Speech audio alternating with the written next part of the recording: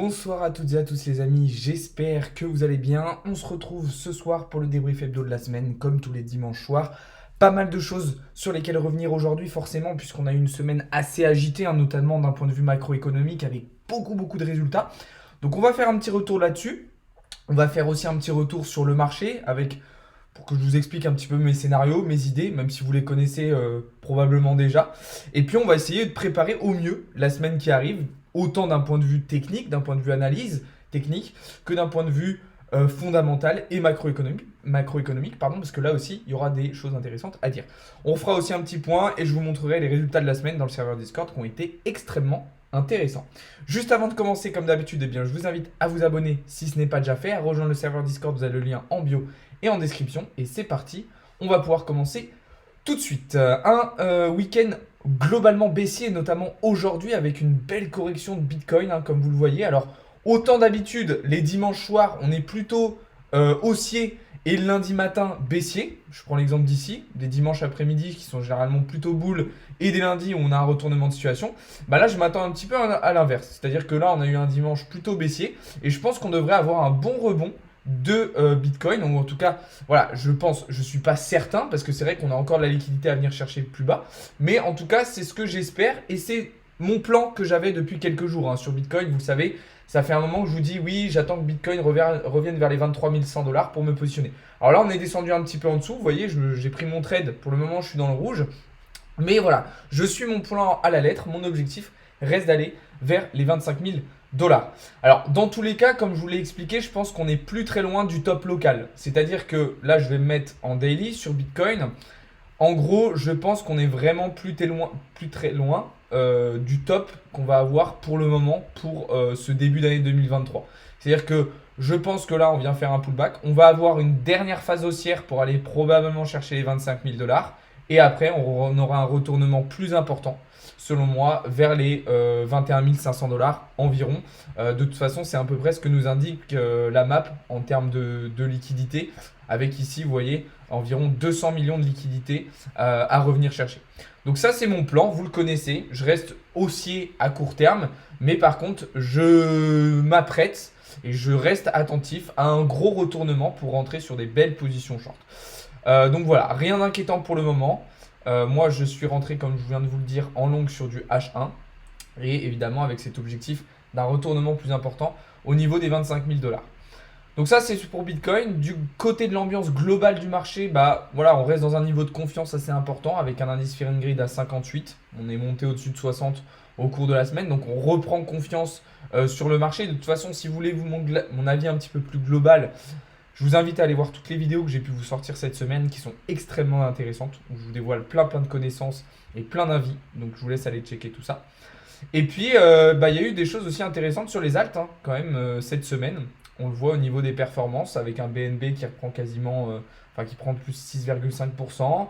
Il y a eu plein de perfs intéressantes sur le RUN, sur le ENS, sur le FTM, sur le APT. Il y a eu le Shiba et le GRT aussi qui ont été en grosse forme cette semaine. Donc il y a encore des opportunités. Et c'est justement ce que je vous ai dit dans la vidéo d'hier, c'est que les altcoins reprennent un petit peu plus d'attractivité face au Bitcoin qui s'est un petit peu calmé depuis quelques jours. Donc voilà un petit peu pour BTC. On va désormais se tourner un petit peu du côté des marchés financiers traditionnels. Mais avant ça, je vais regarder si vous m'avez posé quelques petites questions. Je vois que vous êtes déjà un peu nombreux sur le live ce soir, ça fait plaisir. Donc merci déjà à tous ceux qui sont présents. Bonsoir. Et puis n'hésitez pas à vous abonner et puis à rejoindre le Discord. Vous avez le lien en bio et en description. Bonsoir Alex, ça a été le week-end. Ça a été tranquille, pas mal de boulot. J'ai pas pris trop de positions ce week-end, mais j'ai quand même été pas mal devant les marchés. De toute façon, je vous ai partagé ça en live, en vidéo et surtout dans le serveur Discord. Salut Baptiste, il y a moyen tu analyses Ethereum? Ouais, on va faire un petit point sur Ethereum. Mon avis reste à peu près le même que sur BTC. C'est-à-dire que voilà, je garde mon plan que j'avais depuis un moment sur Ethereum. Sauf que du coup, j'ai décalé mon trade.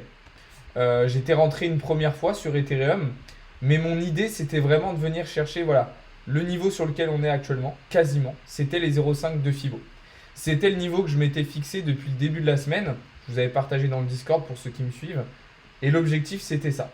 C'était un retour vers les 1700 voire 1800 dollars. Donc un trade avec un bon RR. On était sur du voilà, 4,3, 4,5 de RR. Pourquoi pas les 1800 si Bitcoin vraiment allait chercher les 25 000 $. Et puis là, comme pour BTC, un retournement vers, enfin 2800 vers probablement les 1000 $, enfin 1100 $, enfin 1500 puis 1100 $. Donc voilà, un scénario qui est clairement cohérent et qui ressemble à celui que j'ai pu avoir sur BTC.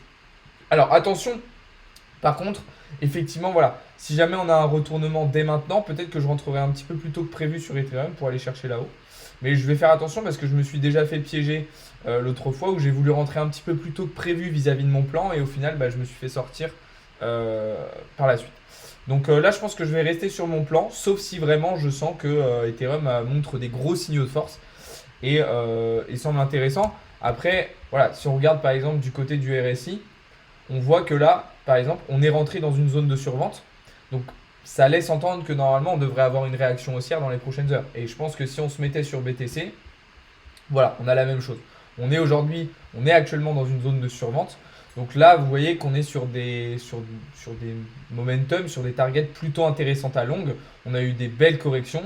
Je ne vois pas forcément le cours de BTC et Ethereum dans la soirée continuer d'aller plus bas. Mais je pense que voilà, comme je vous le disais, dans la soirée et puis surtout demain matin, on pourrait avoir de très très belles choses sur le marché crypto. Après, voilà, rien n'est sûr. Comme je vous le disais, il y a encore pas mal de liquidités vers le bas. Donc on peut aussi aller liquider et purger tout ça. C'est tout à fait possible. Voilà un petit peu pour les cryptos, pour les alts. Je vous laisse aller voir la vidéo d'hier soir sur la chaîne YouTube. On va regarder maintenant du côté des indices boursiers et notamment américains avec le S&P 500 et le Nasdaq qui sont tous deux sur des très très belles performances, qui ont fait des très très belles cassures ces derniers jours. Le S&P 500 qui a cassé sa TL daily sur laquelle il butait depuis plus d'un an, mais qui a été repoussé par cette résistance intermédiaire des 4160 $. On le voit. Hein. Alors on verra demain après-midi à 15h30 à l'ouverture US comment ça se déroulera. Est-ce qu'on arrivera à faire une nouvelle clôture haussière pour prolonger cette cassure ou est-ce qu'on aura finalement un retournement pour revenir chercher plus bas, sachant que ça sera très important puisque ça donnera le ton un petit peu. Et évidemment, Bitcoin, on le sait, est corrélé à ce S&P 500. Donc si on a une mauvaise clôture, enfin une mauvaise ouverture des S&P 500, ça risque d'être compliqué sur Bitcoin. Et du côté du Nasdaq, c'est la même chose. Même si Nasdaq a fait vraiment des très très belles performances avec cette double cassure qui pour moi pourrait nous amener vers les 15 000 points si tout se passe bien, ou du moins vers les 13 800, enfin 13 750 au minimum. Donc les indices boursiers qui continuent d'être dans des configurations intéressantes. Maintenant, on va voir au fur et à mesure là qu'il va falloir être prudent, notamment avec les mesures de la Fed qui vont peut-être faire basculer un petit peu tout ça.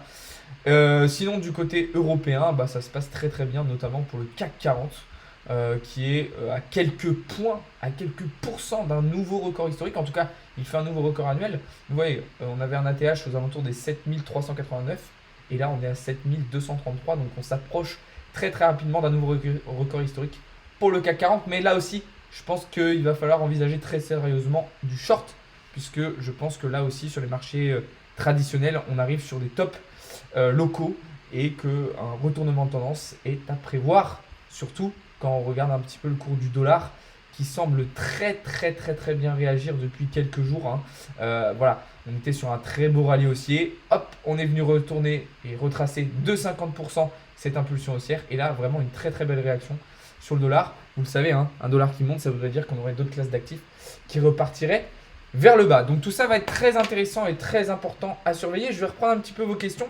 Et puis après, justement, on va pouvoir revenir sur les événements macro de la semaine, notamment les annonces de la Fed, qui vont évidemment avoir un impact sur la suite des événements et sur les marchés. Voilà, en tout cas, merci beaucoup à tous ceux qui sont présents sur les lives. Merci beaucoup pour tous les abonnements, pour tous les subs. N'hésitez pas non plus à rejoindre le serveur Discord, vous avez le lien dans la bio. Et voilà. Moi, je l'ai revendu, je pense qu'il va redescendre. De quoi? Ethereum, Baptiste?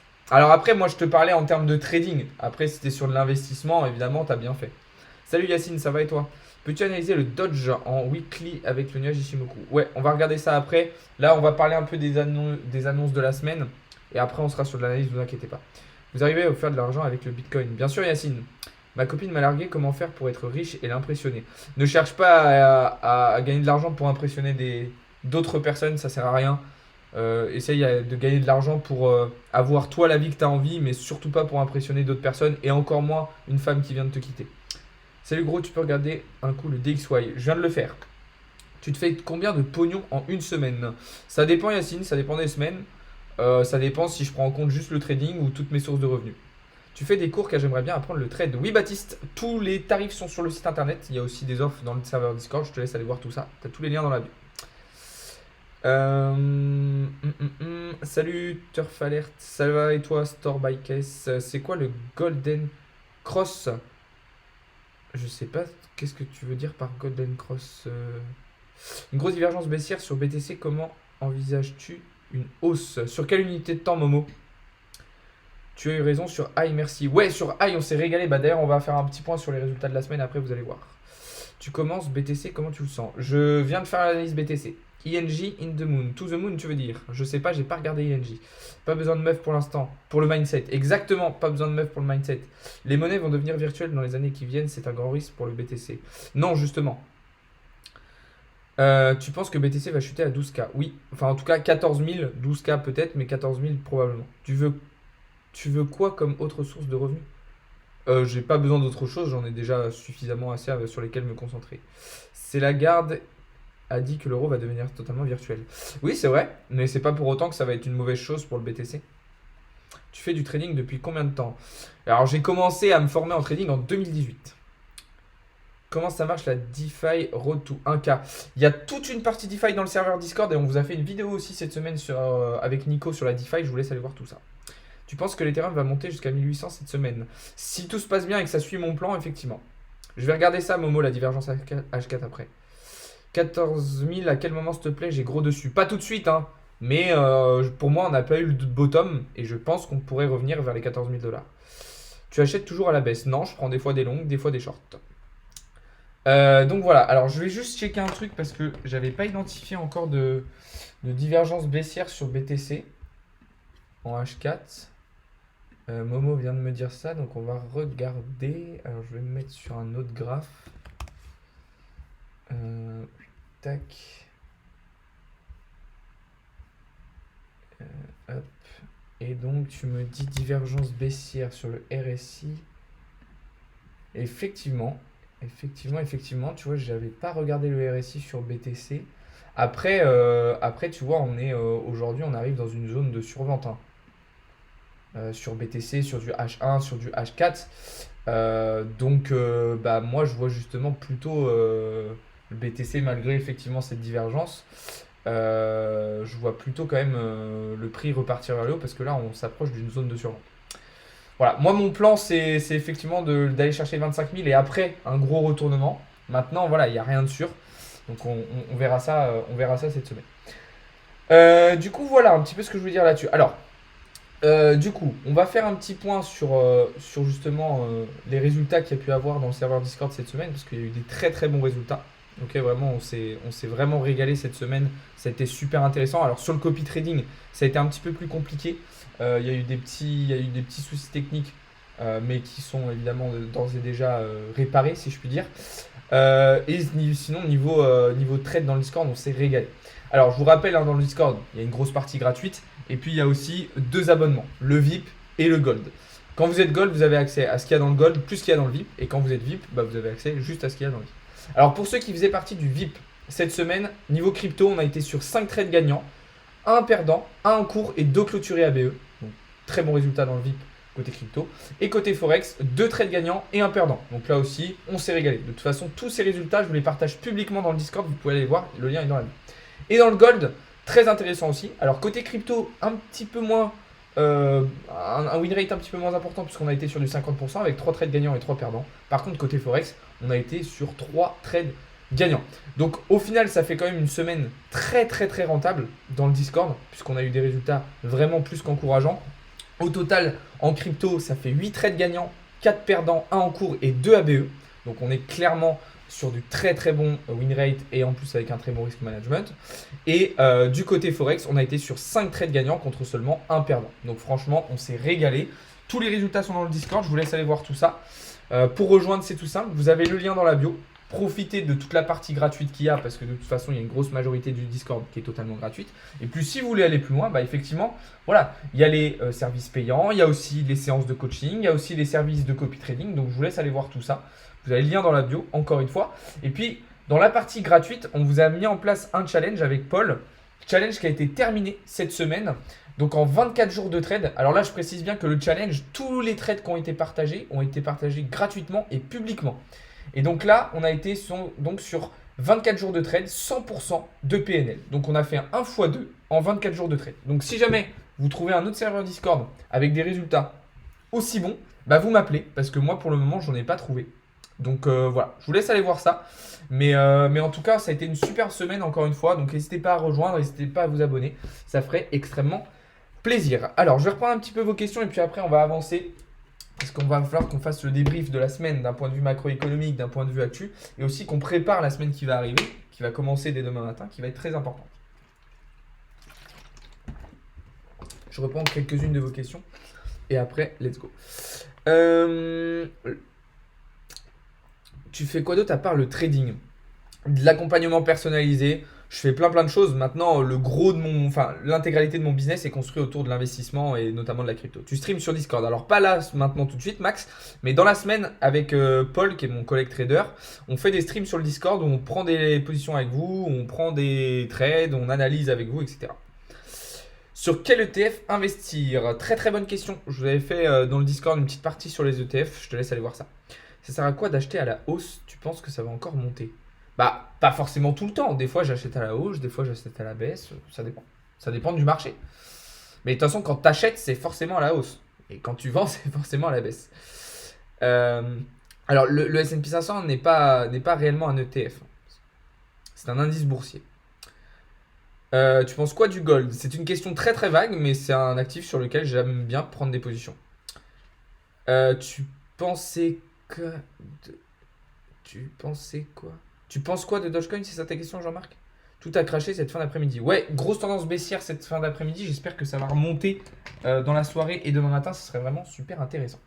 Alors, on va revenir, comme je vous le disais, sur les résultats qu'on a eu cette semaine parce qu'il y a eu pas mal de choses quand même très très importantes tout au long de la semaine. Et puis, on va faire le point aussi sur ce qu'on a pu avoir, enfin sur ce qu'on aura la semaine prochaine.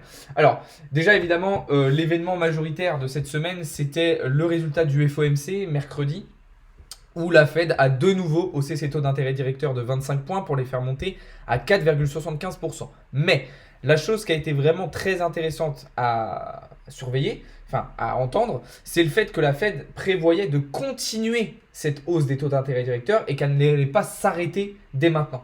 Le problème, c'est que comme je vous l'ai déjà expliqué, pour moi, les marchés, ils ont pricé effectivement cette nouvelle hausse, mais ils n'avaient pas pricé les hausses qui vont suivre. Donc ça va être déjà peut-être un premier problème.